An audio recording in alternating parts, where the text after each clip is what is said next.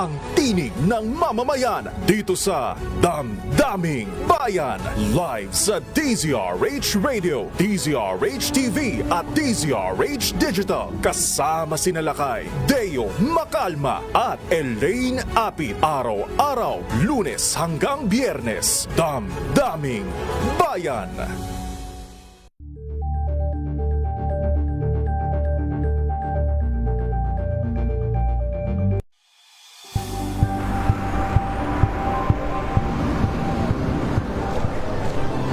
Ating mga eksperto dito lang sa Expert Opinion. Ito ang The Better News. TNVS, trending and isang kwento, iba't ibang anggulo. Dito sa Point of View. Bawat pananagutan ating tatalakayin dito sa Hoy, Bawal Yan. Pilipino, dito lang sa DZRH, match up on entertainment and lifestyle. Ito ang MBC TV Network News. Una sa Pilipinas, una sa Pilipino.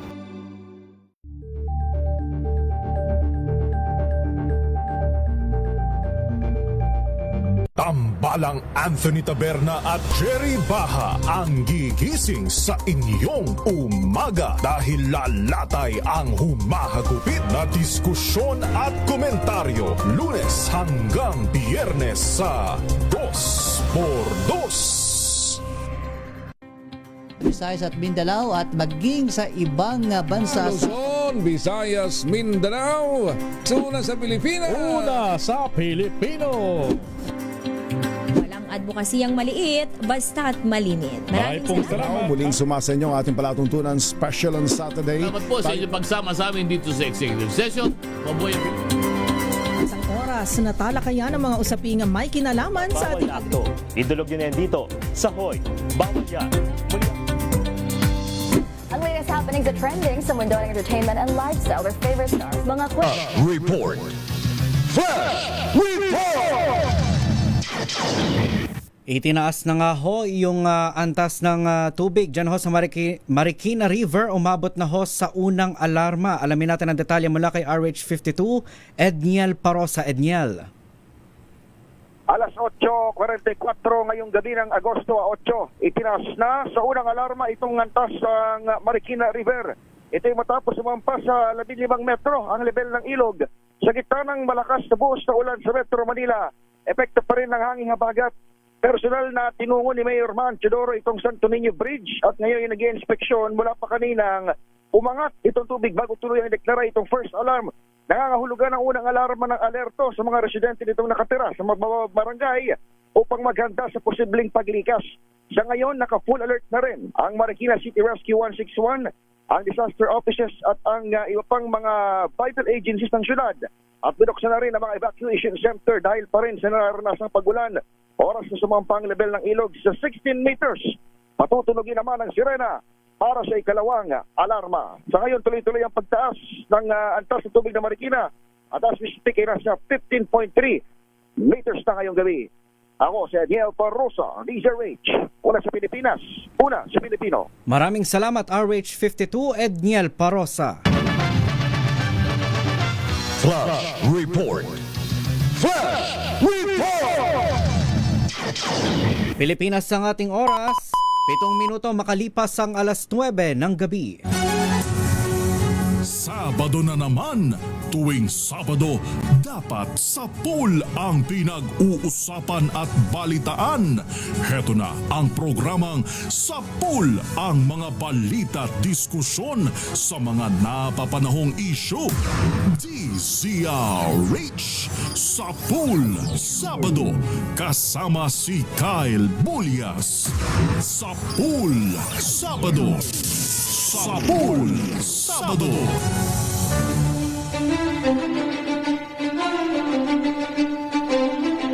Sa Pool, Sabado. Isang maulang gabi Luzon, Visayas at Mindanao. Sa ulo ng ating mga balita, Sa Pool Sabado. Ilang mga kalsada sa Metro Manila lubog sa baha kasunod ng tuloy-tuloy na buhos ng ulan. Sa Pool Sabado. Mga pangunahing kalsada patungong Baguio City hindi madaanan dahil sa magkakahiwalay na landslide. Sa Pool Sabado. Bilang ng mga napaulat na nasawi dahil sa pinagsamang epekto ng habagat, bagyong Maymay at bagyong Luis, umabot na sa 6 ayon sa Office of the Civil Defense. Sa Pool Sabado. 10 Maleta Boys laya na matapos makapagpiyansa sa kasong perjury. Sa Pool Sabado. Extradition request ng Bansang Amerika laban kay Kibuloy natanggap na ng Department of Justice.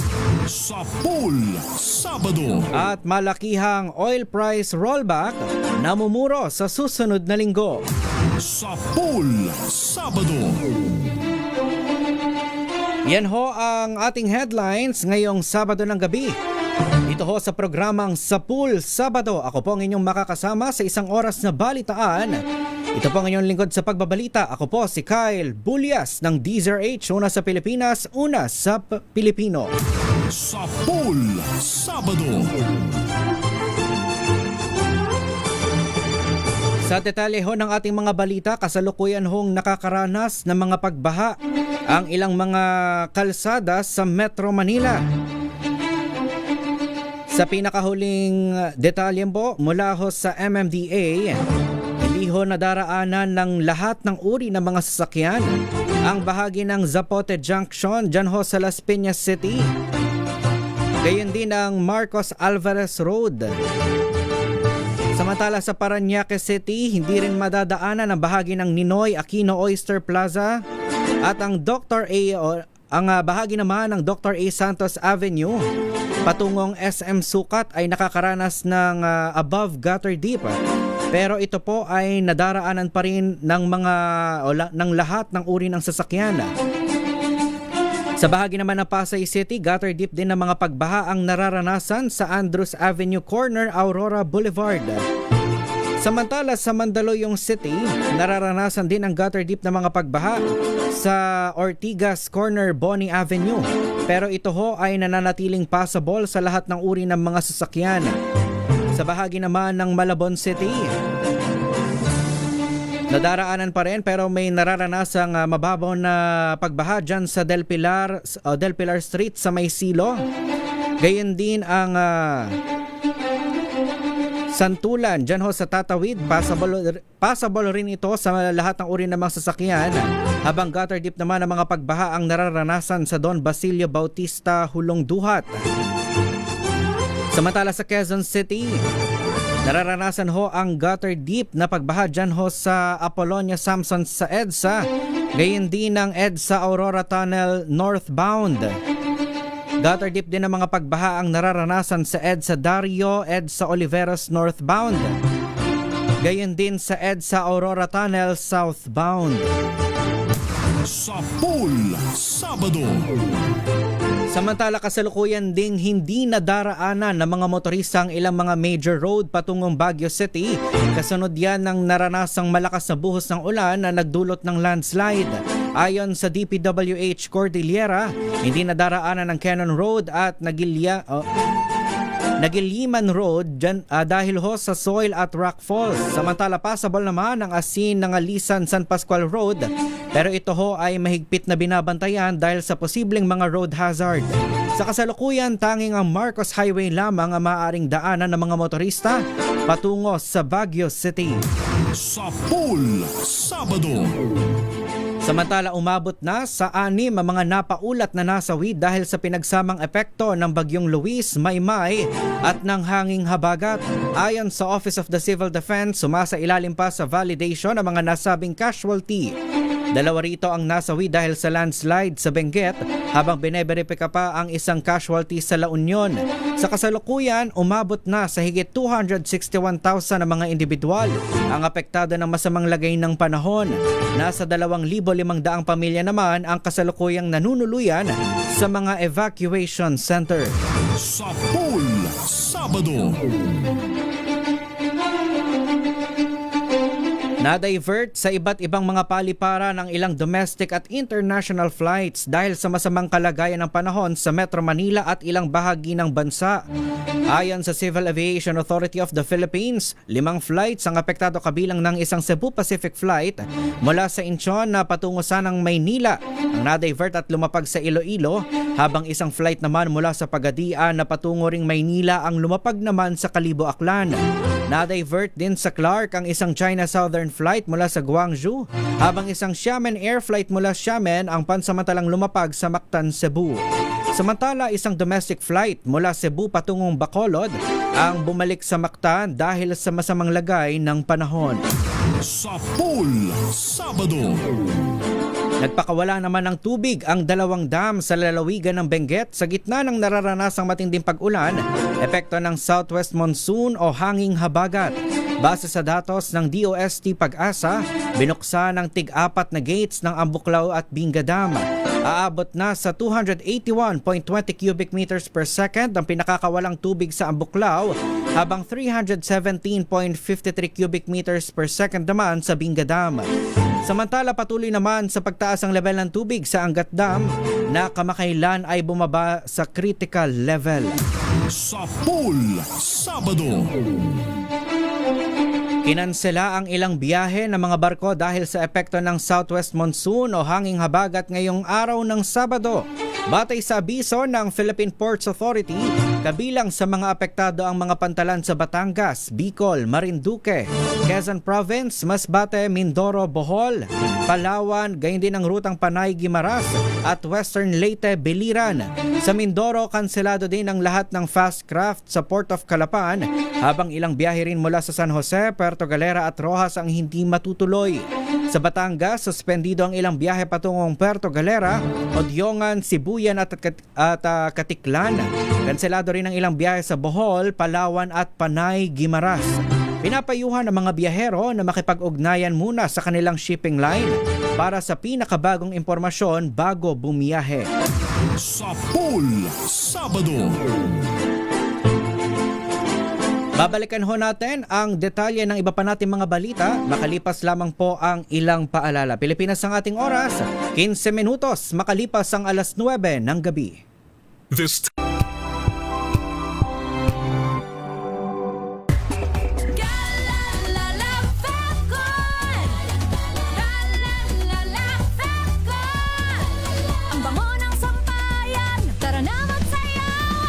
Calefabcon, amoy nakaka-joyful.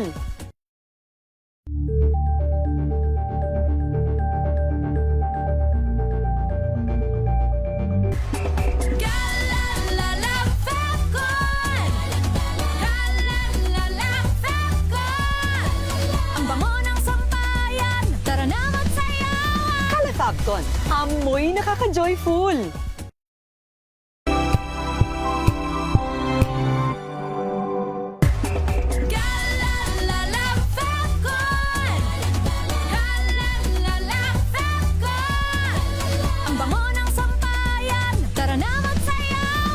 Calefabcon, amoy nakaka-joyful.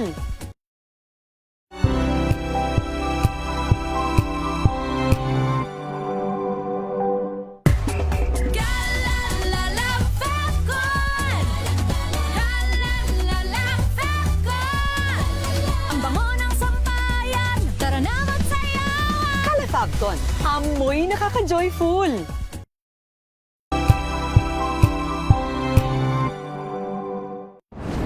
Kung good vibes ang hanap mo, dito ka na sa Sigurado!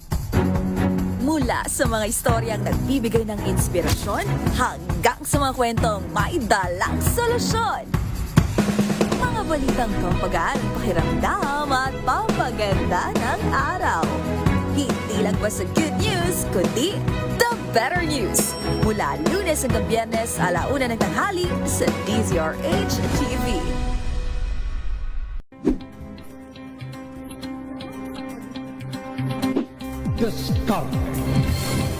At maraming salamat po sa mga inyo na ang Agri-Asenso hanggang sa susunod. Alas 4 na po ng inyong paboritong programa ang DZRH Boom Balita ngayong araw ng Sabado. Sa pagbabalik tanaw sa 87 taong legasiya ng DZRH, napagtagumpayan na ng kauna-unahang himpilan ng radyo sa Pilipinas ang iba't ibang pagsubok, kabilang na ang bangungot noong panahon ng ikalawang digmaang pandaigdig. Impormasyong naihatid ng himpilang KZRH ang siyang naging kaagapay ng mga Pilipino at nakasama hanggang sa nakamit ang kalayaan. At nang muling mapas sa kamay ng mga Pilipino ang kasarinlan, nagbukas din ang panibagong yugto para sa himpilan. Mula sa KZRH na kalaunay naging DZRH, ang mga balita at impormasyon ang nagsilbing gabay ng mga Pilipino. Naging hudyat ito ng panibagong simula at patuloy na paglago, kasabay ng pagsilang ng mga programang nag-iwan ng bakas sa kasaysayan at sa puso ng bawat Pilipino. Naggabi sa lahat ng mga nanonood at nakikinig sa atin. Thank God it's Good evening.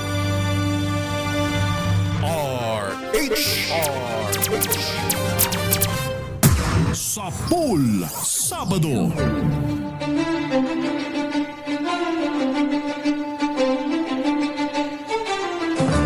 Nagbabalik ho ang programang Sapul Sabado. Ako pa rin ang inyong nakakasama. Ako po si Kyle Bulyas ng DZRH. Una sa Pilipinas, una sa Pilipino. Sa Pool Sabado. Sa pagpapatuloy ho ng ating balitaan, dalawang sama ng panahon ho ang patuloy na binabantayan ng pag-asa sa labas ng Philippine Area of Responsibility. Ayon ho sa pag-asa, isang tropical depression ang namataan sa layong higit 3,000 kilometro mula ho yan sa silangan ng extreme northern Luzon. Samantala, isang low pressure area naman na may mataas na tsansa na mag-develop bilang isang bagyo ang namataan din sa layong higit 102 kilometro o 200 kilometro mula rin sa extreme northern Luzon. Pero sinabi ho ng pag-asa na parehong eastward o papuntang silangan ang galaw ng dalawang sama ng panahon at hindi ito inaasahang papasok sa loob ng Philippine Area of Responsibility. Sa Pool Sabado. Samantala, labas po muli tayo ng ating himpilan. Makibalita tayo dyan sa Kamanava area. Kamusta na ba ang lagay ng panahon? RH23 Edwin Duque. Edwin, magandang gabi. Kyle, sa mga oras ito ay nakakaranas pa rin ng pabubungsong malakas na pagulan ang bahagi ng Kamanaba. Unang iniikot natin, itong bahagi ng Governor Pascual Avenue ay hanggang dito sa may Katmon ay may mga pagbahang almost gutter deck. At itong bahagi ng mga MS Del Pilar sa may Silo, Malabon, lampas na sa gutter yung tubig baha. Ito'y busod pa rin ng malakas na pag-ulan na nararanasan mula pa kaninang bandang alas 6 ng hapon hanggang sa mga oras na ito. Lumalim na rin halos yung malaking porsyento ng Panghulo, Malabon. Mula dyan sa may Tatawid, halos gutter deck yung mga tubig sa loob ng compound ng buong barangay. At yan, tuloy-tuloy yan hanggang Panghulo Road, patungo naman border ng Obando, Bulacan at ng Valenzuela City.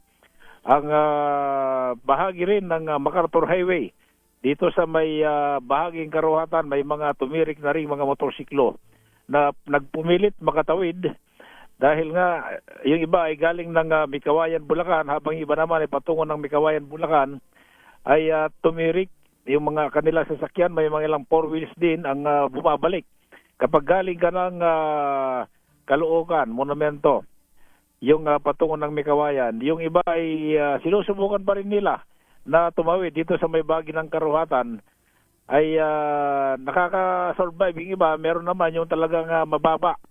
Yun ay tumitirik at yung iba naman ay bumabalik. Kaya may mga ilang stranded na sasakyan dito sa may bahagi ng MacArthur Highway sa bahagi ng Karuhatan bago to makarating sa pagitan naman ng Mikawayan, Bulacan.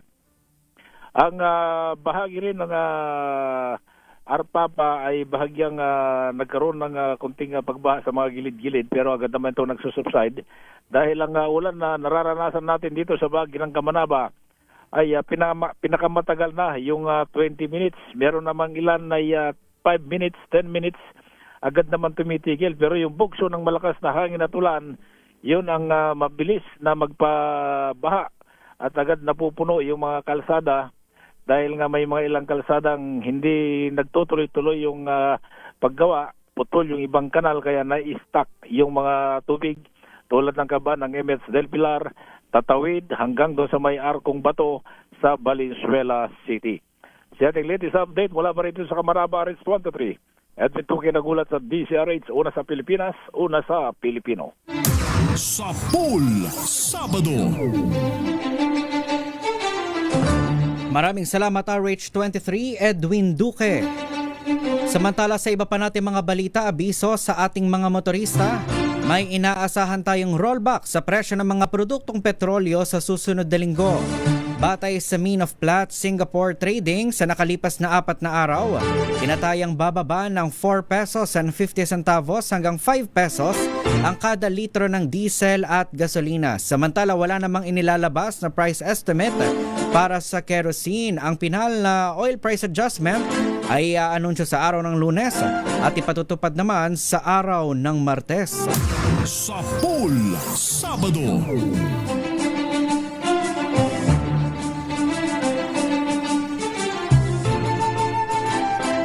Samantala, nakapagpiyansa na ang 10 inarestong Maleta Boys sa Las Piñas Regional Trial Court kaninang tanghali.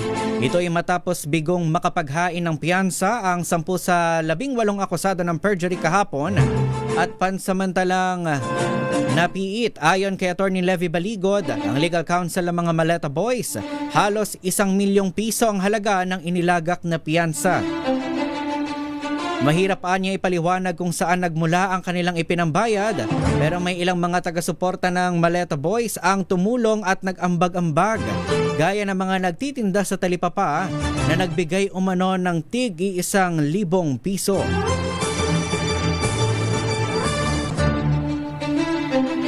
Sa Pool Sabado.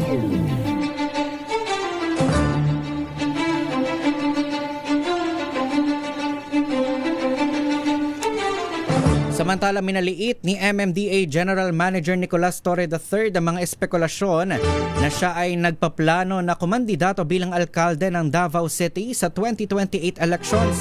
Ito ay matapos sabihin ni Vice President Sara Duterte na welcome ang dating PNP chief na mag-file ng Certificate of Candidacy sakaling interesado siya na maging mayor ng syudad. Binigyang diin ni Torre na wala siyang inaanunsyo na sasabak siya sa mayoralty race sa naturang lungsod o sa kahit anong posisyon sa 2028. Sinabi ng MMDA General Manager na ang kanyang atensyon ay pag-igihin pa ang trabaho sa ahensya. Sa isang panayam sa Davao City, sinabi ni VP Sara na lahat ay welcome, kabilang si Torre na tumakbo sa kanilang baluarte.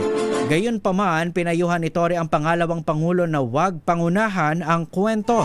Ang naturang opisyal ay tinuturing na markado sa pamilya Duterte matapos dakpin si Pastor Apollo Kibuloy sa Davao City noong 2024 at manguna sa pag-aresto kay dating Pangulong Rodrigo Duterte noong March 11, 2025.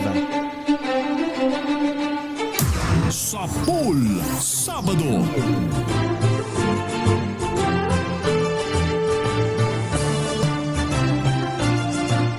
Babalikan ho natin ang detalye ng iba pa nating mga balita. Ilan po muna mga paalala Pilipinas ang ating oras, alas 9:27 ng gabi.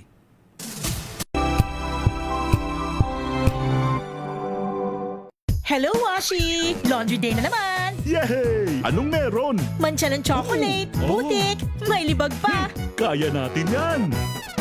With Pride Washing Machine Detergent, may triple stain-away formula. Tanggal ang makapit, madikit, at malupit na dumit mancha. Kaya easy-easy ang labada. Mula noon hanggang ngayon! All you need is pride. All you need is pride. ACS. Maulan man, no worries na amoy kulong ang damit. Charm Fab Car. Bangong kumakabloom.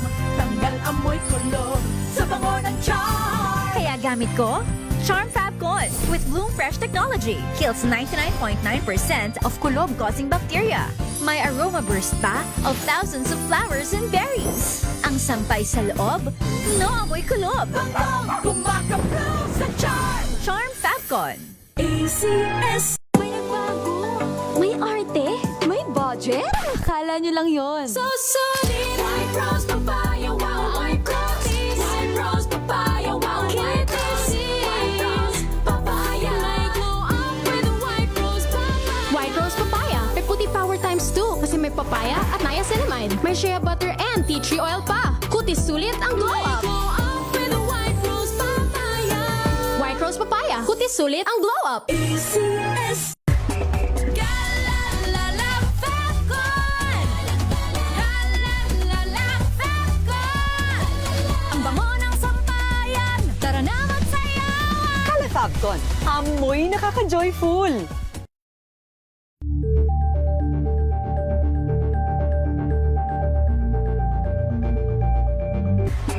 Galalala Fabcon.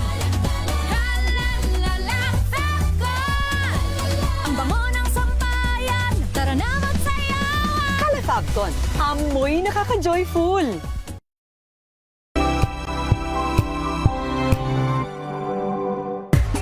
Galalala Fabcon. Galalala Fabcon. Ang bango ng sampayan. Tara na magsayawan. Kala Fabcon, amoy nakaka-joyful.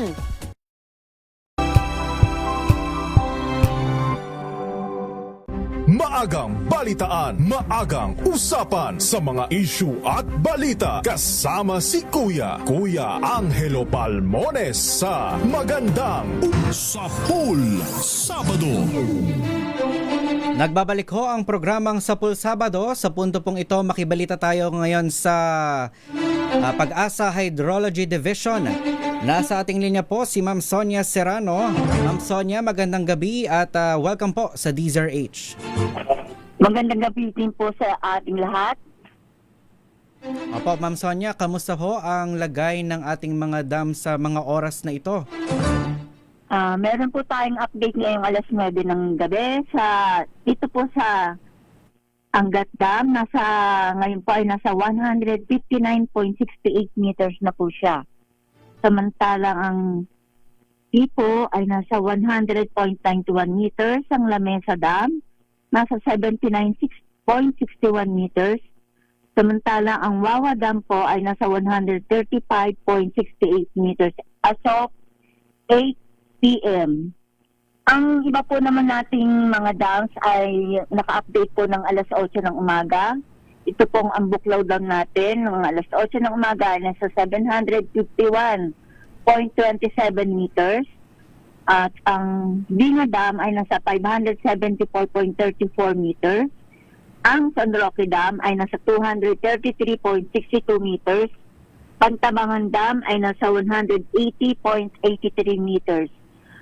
Noted po na halos lahat po ito ay tumataas sa ngayon po. Opo. Alin po sa mga dam na nabanggit ho yung kasalukuyan na pong nasa critical level?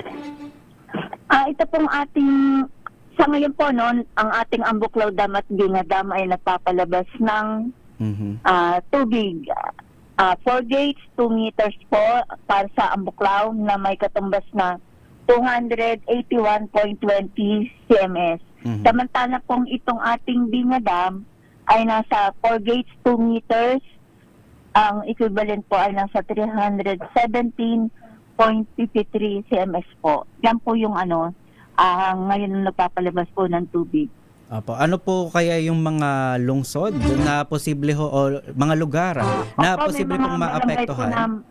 May mga barangay po na maapektuhan dito, katulad po dito sa Ambuklaw Dam. Sa pagpapalabas po nito ay maaaring maapektuhan po yung barangay Ambuklaw. Samantalang yung sa Binga Dam po naman, ang pagpapalabas nito ay maaaring maapektuhan ang barangay Tinugtan tsaka barangay Dalupirit po. Alright. Sige po, maraming salamat po Ma'am Sonia Serrano at makikibalita po muli kami sa inyo o sa Pag-asa Hydrology Division kaugnay po ng antas ng tubig ng ating mga dam. Sige po, maraming salamat po. Ayan, si Ma'am Sonia Serrano ng Pag-asa Hydrology Division. Samantala, balikan naman natin ang Las Piñas City na kanina ho ay nakakaranas ng napakalakas na buhos ng ulan na sinabayan pa ng hampas ng malakas na hangin. Alamin natin ang latest mula kay RH27 Noche Kakas. Noche, magandang gabi. Dahil hindi pa rin na madaanan itong ilalim ng Alabang Zapote flyover dito sa Zapote lungsod ng Las Piñas. Patuloy pa rin tayong nakakaranas pero mahina na ring ulan at hindi katulad kanina na malakas yung hangin at yung ulan. Sa ngayon ay lubog pa rin sa tubig baha itong ilang lugar dito sa Las Piñas City. Pati particular na yung barangay Zapote na kung saan ay pinakasahod ulan o sahod baha itong lugar. Mababang lugar itong barangay Zapote kaya lubog yung Ramos Compound, Mixtel Compound, pati yung area ng Basa Compound. Yung Vergara Compound by lubog din sa tubig baha. Yung Plaza o yung Miranda Compound, maging itong Santos Village 3 at Santos Village yung Santos Luma ay lubog din sa tubig baha. Sanhi nang tumaas kasi itong kalsada kaya yung mga bahay ay napag-iwanan, bumaba yung bahay dahil tumaas yung kalsada. Sa ngayon ay patuloy na nakamonitor ang CDRMO ng Las Piñas kaugnay nitong naranasan ngayon mga pagbaha. Maging halos lahat itong lugar ng barangay Zapote ay lubog sa tubig baha. Maging yung barangay Pamplona doon sa may area ng Pamplona 1, yung barangay sa may JP Rizal, sa may Balagtas ay nakakaranas din ng pagbaha yung mga residente. Yung dito sa may area ng Padre Gigo Sierra ay hindi pa rin madaanan yung Padre Gigo Sierra Avenue, yung galing ng Baclaran all the way papuntang Zapote Junction. Yung galing naman ng Bacoor, Cavite, ganun din. Hindi pa rin stranded pa rin yung mga sasakyan dahil hindi makadusong dahil sa mataas na level ng baha sa nasabing lugar. Yung bahagi naman ng Zapote sa may area ng Bacoor naman na Kyle ay nakaranas din ng pagbaha dito sa may area ng sa may Aniban 1, maging doon sa may area ng Aguinaldo Highway ay lubog din sa tubig baha. So sa ngayon ay nagdadasal itong mga residente ng mga apektadong lugar dahil sa sana humupa na yung baha at tumigil na yung ulan pero nagbabadya pa rin umulan na Kyle sa mga oras na ito at sa ngayon ay sinabayad kasi ng high tide yung tubig kasi ng Las Piñas at Bacoor River, yung pagitan ng ilog lang kasi yung pagitan na yan. Yung bagsak ng Prince Dam, yung bagsak niyan all the way diretso yan ng Manila Bay. Kaso ang problema, sinabayan ng high tide kaya wala nang malabasan yung tubig baha kundi maghanap ng pinakamababang lugar, yung barangay Zapote ang napuruhan dahil sa Cats Basin ng baha. So yan ang sitwasyon, Kyle. Patuloy tayong nakamonitor kaugnay nga itong ating naranasang masama ng panahon ng Maymay. Balik sa iyo, Kyle. Maraming salamat RH27 Noche Kakas. Sa Pool Sabado. Samantala kapapasok lamang ho ng balita, isang gumuho po ang bahagi ng pader ng Forbes Park dyan ho sa EDSA Ayala northbound. Ngayon po yung Biyernes ng gabi, August 8, at kasalukuyan po itong nakakaapekto sa dalawang linya ng nabanggit na kalsada. Ayon po mismo kay MMDA General Manager Nicolas Torre III, nakadeploy na sa lugar ang response at clearing teams ng MMDA at nakikipag-ugnayan na rin sa Makati City para sa agarang paglilinis ng bumagsak na pader. Pinag-iingat naman ho ang mga motorista na dumadaan sa naturang kalsada at pinayuhan na mabagal dahil sa posibleng bumigat ang trapiko habang isinasagawa ang clearing operation. Sa pool Sabado. Samantala, kasalukuyan pa rin hong nasa ilalim ng red rainfall warning ang buong Metro Manila. Gayon din po ang bahagi ng Zambales, Pampanga, Bataan. Gayon din ang ilang bahagi ng Cavite, specifically ho dyan sa Bacoor, Imus, Dasmariñas, Kawit, Noveleta, Cavite City, Rosario, General Trias, Tanza, Naik, 13 Martires, Ternate, Maragondon, Magallanes, General Emilio Aguinaldo, Alfonso, General Mariano Alvarez at Carmona. Nasa ilalim din ho ng red rainfall warning ang San Pedro, Binyan at Santa Rosa sa Laguna. Gayon din ang ilang bahagi ng Batangas. Samantala, orange warning level naman ho sa ilang bahagi ng Cavite o nalalabing bahagi ng Cavite. Diyan ho sa Amadeo, Indang, Mendez, Silang at Tagaytay. Sa nasa ilalim din ho ng orange warning level ang Balete, Tanawan, Cuenca, Lipa. Gayon din ang Malvar, Mataas na Kahoy, Padre Garcia, San Jose, Santo Tomas at Talisay sa Batangas Province. Orange warning level din ho sa Cabuyao, Calamba at Los Baños, Laguna. Gayon din ang ilang pambahagi ng Pampanga, Bulacan, Tarlac, Rizal. Ayan. Ayon ho sa Pag-asa, kailangan ho mag-take action kapag ang inyong lugar ay nasa bahagi ng o nasa ilalim ng red rainfall warning. Ibig sabihin, asahan na ho yung walang humpay na buhos sa mga pag-ulan sa loob ng 1 oras at sa susunod pa na 2 oras. So, asahan na ho yung mga pagbaha, especially ho doon sa mga mabababa at flood-prone na lugar. Sa pool Sabado. Magbabalik ho ang programang Sa Pool Sabado. Ilan po munang mga paalala. Pilipinas ang ating oras, 20 minutos bago mag-alas 10 ng gabi.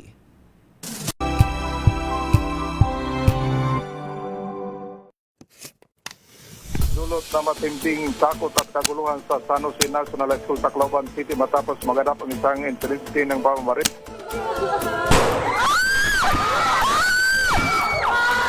Umabot na sa 4, 3 yung mga balagita at isang binatang konfirmadong nasawi. Can we say that actually someone is at fault here? I think definitely there will be people at fault. So number one, I think just to put it out there talaga, yung mga adults surrounding the child, the fact that they were able to get access, na may access sila sa barel. Eh yung bata na yan, nakamatay yan eh! Nakamatay yan! Nakamatay yan ang tao! So ano? Ibababahay pag-asa lang yun? I think walang may isang sagot kung paano talagang bibigay yan. Kasi, of course, we can imagine all these parents are probably feeling I can never forgive. Hindi ko kayang ipagpatawad o magpatawad sa mga taong ito, kahit mga bata pa to. And karapatan nila maramdaman yun. Instead, mas palakasin, mas palalimin pa ang ating mental health services, ang ating community mental health services, ang ating family development services.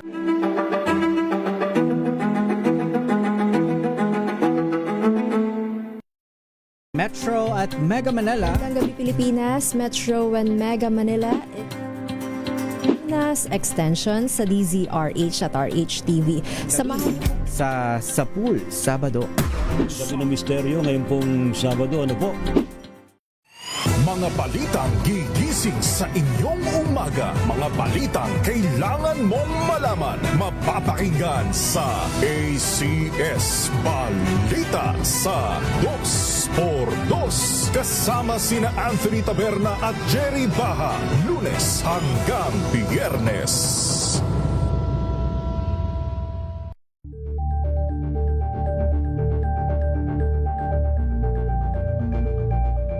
Alamin ang mga maiinit na isyung pambayan, mga balitang kailangan mong malaman, usapin sa pamahalaan, politika, ekonomiya at kabuhayan. Ito ang mga dapat mong malaman, pakialaman at pag-uusapan dahil kayo ang tinig ng mamamayan dito sa Damdaming Bayan. Live sa DZRH Radio, DZRH TV at DZRH Digital. Kasama sina Lakay, Deo Macalma at Elaine Apit. Araw-araw, Lunes hanggang Biyernes. Damdaming Bayan.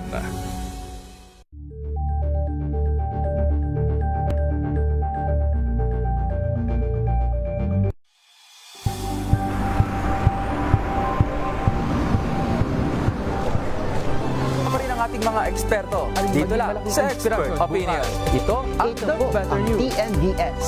Trending and isang kwento, iba't Sa Pool Sabado. Nagbabalik ho ang programang Sa Pool Sabado. Ako pa rin ang inyong nakakasama. Ako po si Kyle Bulias ng DZRH, una sa Pilipinas, una sa Pilipino. Sa Pool Sabado. Alas 9:43 na ho ng gabi sa pagpapatuloy ho ng ating balitaan. Patapos na ang investigasyon ng Department of Justice kay Senator Robin Padilla kaugnay ng kasong obstruction of justice dahil sa umano'y pagpapatakas ito kay Senator Bato de la Rosa. Ayon sa DOJ, isasama na nila sa kanilang mga nakalap na ebidensya ang mismong pahayag ng senador na pinayuhan niyang magtago muna si Senator Bato. Nagugat ang kaso laban kay Padilla bunsod ng umano'y pagtulong nito kay De La Rosa na makatakas sa Senate compound doong madaling araw ng May 14, kasabay ng ugong na isisilbi na sa senador ang warrant of arrest mula sa International Criminal Court sa kasong crimes against humanity. Sa Pool Sabado. Sa iba pa natin mga balita, natanggap na ng Department of Justice ang dokumento kaugnay ng extradition request ng Estados Unidos kay Pastor Apollo Kibuloy. Ito ay kaugnay ng mga kasong kinakaharap ni Kibuloy sa Amerika, kabilang ang alegasyon ng sex trafficking, visa fraud at bulk cash smuggling. Ayon kay Justice Secretary Frederick Vida, dadaan sa mga proseso ang mga naturang request, kasama dito ang evaluation, fact-checking at maging ang validation sa umiiral na extradition treaty ng Pilipinas at ng bansang Amerika. Oras na matapos ang evaluation ng mga naturang dokumento ay tsaka lang nila gagawin ang naturang desisyon. Pakinggan natin ang pahayag ni Justice Secretary Frederick Vida. First, we evaluate now the formal transmittal from the Department of Foreign Affairs. No, we evaluate. We will fact check everything, no, and we will validate based on the existing treaty we have with the United States, which is we have an existing extradition treaty and we have processes before the courts. So nadun pa kami ang DOJ ngayon sa pag-evaluate nung formal yung letter ng DFA. And as soon as possible, as soon as we have finished our evaluation, we will come up with the decision and we will inform the public definitely kung ano yung action ng DOJ after that. Sa Pool Sabado. Samantala, hinamo naman ni National Bureau of Investigation Director Attorney Melvin Matibag si dating Congressman Jing Paras na itanggi ang alegasyon ng nakikipag-ugnayan nito sa nakakulong na talent manager sa planong paninira laban kay Executive Secretary Ralph Recto. Ayon kay Matibag, katakataka ang pagiging tahimik ni Paras sa naturang issue. Giit ng direktor, kahit sa social media ay maaaring itanggi ni Paras na nakipag-usap ito kay alias Ken para sa honey trap plot o tangkang character assassination laban kay Recto. Ang question ko kay Kong Jing Paras, number one, at kilala nyo naman lahat si Kong Jing Paras, maaaring napapanood niya to. At alam naman natin, napakatapang niya. Lagi bira ng bira, pati itong katabi ko nga, binibira nun palagi. So, bakit ngayon very mum siya, very quiet? So, ito lang tanong ko, can you deny categorically na hindi mo nakausap tong alias Ken? At wala kayong planong gawin ganon? Yun lang yung tanong ko, kahit di na siya dumalo. Kahit sa social media na rin lang sagutin. At ang tanong ko, sa kanya at kay Kong Libiste, categorically, can you deny na nag-usap kayo at nagplano ng ganito. Matatandaang hindi sumipot si Batangas 1st District Representative Leandro Leviste sa pasabihan ng NBI noong araw ng Huwebes habang humirit si Paras na i-reschedule sa August 11 ang pagharap nito sa Bureau. Sa Pool Sabado. Kaugnay ng balitang yan, may malakas at matibay na ebidensya laban kay Batangas 1st District Representative Leandro Leviste at former Negros Oriental Representative Jing Paras. Ito ay kaugnay ng umano'y tangkang character assassination laban kay Executive Secretary Ralph Recto. Ayon kay NBI Director Matibag, malakas ang mga ebidensya at katunayan ay nag-issue na rin sila sa mga abogado na umano'y kasama sa meeting kung saan pinlano nila ang tangkang frame-up. Pakinggan natin muli ang pahayag ni NBI Director Matibag. Matibay. In fact, nag-issue na kami ng subpoena doon sa mga lawyers na na-identify na with the Congressman Paras na nangyari meeting. Sa kabila nito, hindi pa aniya itinuturing na suspect sina Leviste at Paras dahil sila ay mga persons of interest pa lamang. Sa Pool Sabado.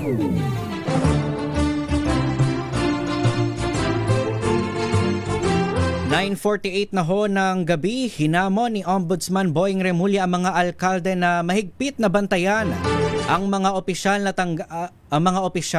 at tanggapan na nasa ilalim ng kanilang pamamahala sa mga ulat ng umano'y korupsyon sa garbage collection at waste management contracts. Sa programang DZRH Executive Session, sinabi ni Remulla na may natanggap na report ng kanilang opisina hinggil sa ilegal na kalakalan sa mga basura na kinasasangkutan ng ilang alkalde. Nilinaw ni Remulla na may mga alkalde umanong hindi nakikilahok sa gawain, kabilang sina Pasig City Mayor Vico Soto at Quezon City Mayor Joy Belmonte. Gayunman, dapat pa rin umanong tiyakin ng mga mayor na walang irregularidad sa mga tanggapan tulad ng business processing and licensing offices at mga nag-i-issue ng permit. Hinimok din ni Remulla ang publiko na i-report sa ombudsman ang anumang katiwalian kabilang ang mga insidente ng umano'y pagtanggi sa business permit. Yung mga opisina, business processing licensing office, nagbibigay ng permitting, occupation and office of building official, OBO. Lahat yan, checkin nyo. You should be aware of people under you who are committing shenanigans. Na naghahanap buhay. Ito challenge ko sa kanila. Tsaka sa taong bayan. Kung may reklamo kayo sa mayor, sa nangyayari sa mayor, o kaya sa bayan na nag-a-apply kayo ng lisensya, ireklamo nyo sa mayor, furnish siya sa copy. Tama. Tapos, i-furnish nyo rin ng copy ang ARTA para magkaalaman kung sino kikilo sa amin. Tama. Sa Pool Sabado. Samantala, tuluyan ng pinatawan ng lifetime ban si UAAP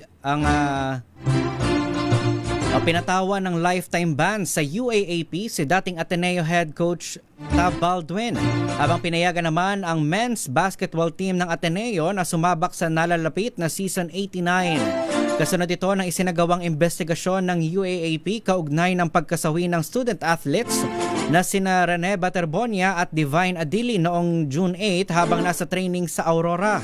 Ayon sa UAAP, pinalna at hindi na maaari pang iapela ang pasya na iban perpetually si Baldwin sa lahat ng UAAP competitions at mga kaugnay na aktibidad. Samantala namang sinuspinde si former team manager Epo Kimpo, gayon din ang ilang miyembro ng Blue Eagles coaching staff. Habang umiiral naman ang suspensyon, hindi rin sila maaaring sumali sa anumang laban sa UAAP. Sa Pool Sabado. Sa iba pa natin mga balita, iginiit ni Pangulong Bongbong Marcos Jr. na marami pang kailangang gawin upang maisakatuparan ang mga pangako at programa ng kanyang administrasyon. Sa kanyang vlog, sinabi ng Pangulo na hindi pa isang talumpati ang kanyang ika-5 State of the Nation Address sa SONA dahil kailangang sundan nito ng konkretong aksyon ng pamahalaan. Binigyang diin ng Pangulo na kailangang ipagpatuloy ang mga programa laban sa kagutuman at para sa kalusugan kabilang ang feeding programs, tulong sa dialysis at cancer patients at zero balance billing sa mga ospital ng Department of Health.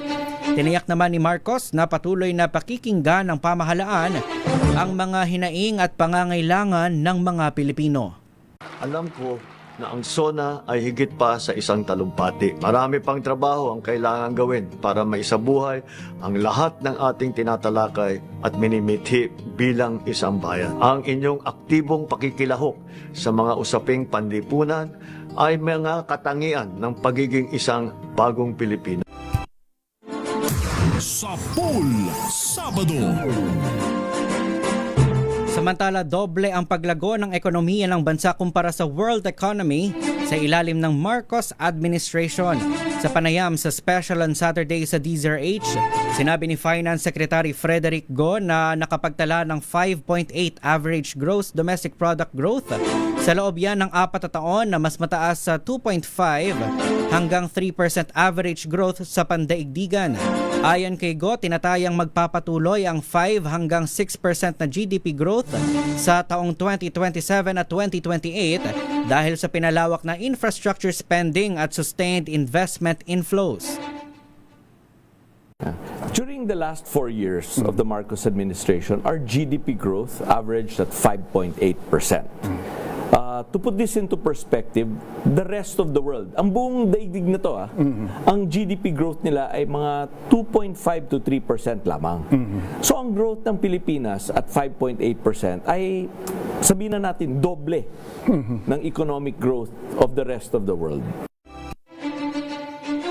Malaki rin niya ang naging kontribusyon ng paglago ng ekonomiya ang Create More Law na nagpalawak ng incentives para sa mga foreign investors sa bansang Pilipinas. Paliwanag ni Go, tumaas ang investment grade creditation ng bansa kaya mas kumpiyansa ang mga namumuhunan na mag-invest sa ating bansa. Narito muli ang pahayag ni Finance Secretary Frederick Go. Kung naghiram tayo ng pera sa mundo, for example, naghiram tayo ng 1 billion pesos, kung ang credit rating mo siguro ay C, ang babayaran mong interest rate siguro ay 9%. Alright.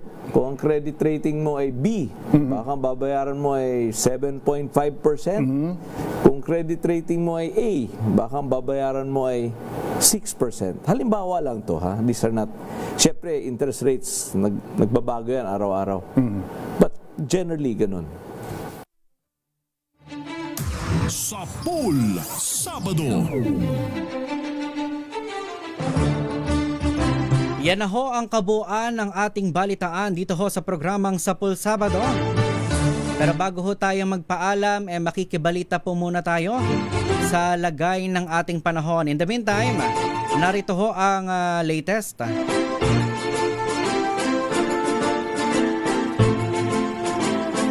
Okay, aalamin ho natin ang mamaya ho, babalikan natin yung latest report mula ho sa MMDA. Pero ngayon, nasa ating linya na po si Sir Alzar Aurelio ng DOST Pag-asa. Sir Alzar, magandang gabi at welcome po sa DZRH. Magandang gabi po sa ating lahat. Maulan na panahon ang tinaranasan din lang dito sa Metro Manila. Ganun din sa halos buong Luzon and Visayas dahil sa habagat. At asahan po natin na ang maulan na panahon dulot ng habagat sa Luzon and Visayas.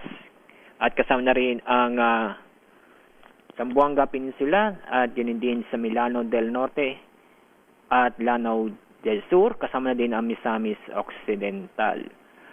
Itong habagat ay nakita namin ay magpapatuloy ang epekto nito sa susunod na 3 araw. Kaya paalala sa mga kababayan po natin sa mga nakakaranas pa rin ng mga ulan na panahon. Patuloy pa rin tayo mag-ingat at maging alerto dahil sa mga pag-ulan dulot ng habagat. At yung dalawang bagyo nating binabantayan, mababang tsansang pumasok ito sa ating Philippine Area of Responsibility. Una ito si Dolphin, nasa bandang more than 600 kilometers silagang ng extreme northern Luzon at ay nasang papunta ito sa may bandang China, southern part ng China. At yung pangalawang bagyo, tropical depression, nasa layong 3,000 kilometers east ng extreme North Luzon. So itong dalawang bagyong ito ay siyang dahilan na nagpapaulan sa ating bansa dahil inahatak nila itong habaga. Yan po ang ating update mula sa Pag-asa. Opo, Sir Alzar. Panghuli na lamang po, maitanong lang ho natin para ho sa kaalaman din ng publiko. Kapag po ba ang isang lugar ay isinailalim po sa red rainfall warning, ano ho ba ang ibig sabihin nito? Malalakas po ang pagulan ng ibig sabihin niya, matitinding pagulan pag red. Kung i-lemonize natin yan, level 1, 2, 3. Mm-hmm. Pag may warning, automatic heavy rainfall na yan. Apo. And then may level 1, 2, 3, sabihin ni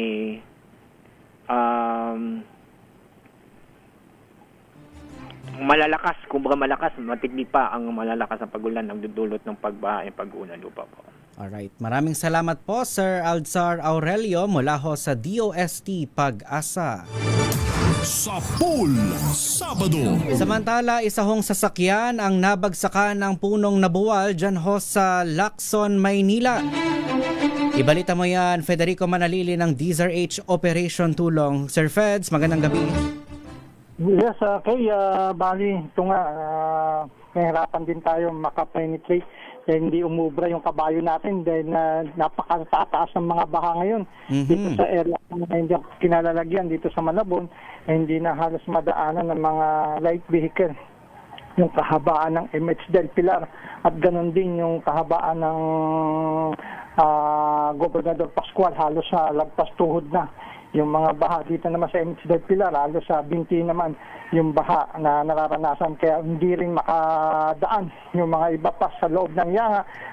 Possible sana yung Yanga, kaya lang ngayon sa sitwasyon ngayon baha na rin sa loob, mas nahihirapan ngayon makadaan yung mga mabababang sasakyan. At patuloy na lang tayo nagmo-monitor dahil yung Tulyahan River, mataas na yung tubig, kasama naka-monitor tayo dito sa area namin dito sa Malabo, sa area ng Tulyahan River, at maganda naman patuloy pa rin na pinapaandar yung mga pumping station, kaya lang dahil nga sa bugso na napakalakas ng ulan, talagang halos hindi kayanin din ng pumping station. At magmo-monitor lamang tayo sa pamamagitan ng mga social media ng mga lungsod nga, ibang lungsod at ito nakuha natin kanina lamang na kung saan nga yung mga karamihan dyan talagang puno na matatanda na, delikado para sa mga dumadaan, particular nga sa isang lungsod nga ng Maynila, kung saan nga isang kotse ang nabagsakan nga ng punong nabuwal sa may kahabaan ito ng Lacson.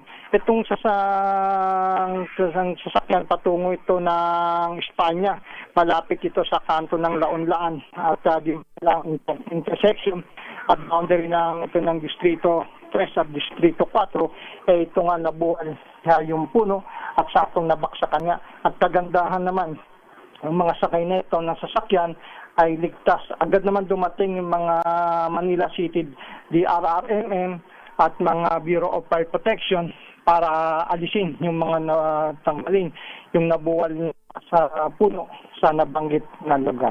Kaya muna at patuloy pa tayo nagmo-monitor sa mga kalagayan nga ng sitwasyon dahil din sa Valenzuela nagmo-monitor na rin natin sa may mga baha na rin portion sa Valenzuela at ganun din sa lungsod ng Caloocan. Kinukuha na lang natin yung mga karagdagang impormasyon na lang at magbabalik tayo para may ere at makatulong sa ating mga kababayan na padaan sa mga banggit na lugar para makaiwas sila at makahanap ng mga alternative group na alternative route na kung saan pwede silang dumaan na walang mga baha.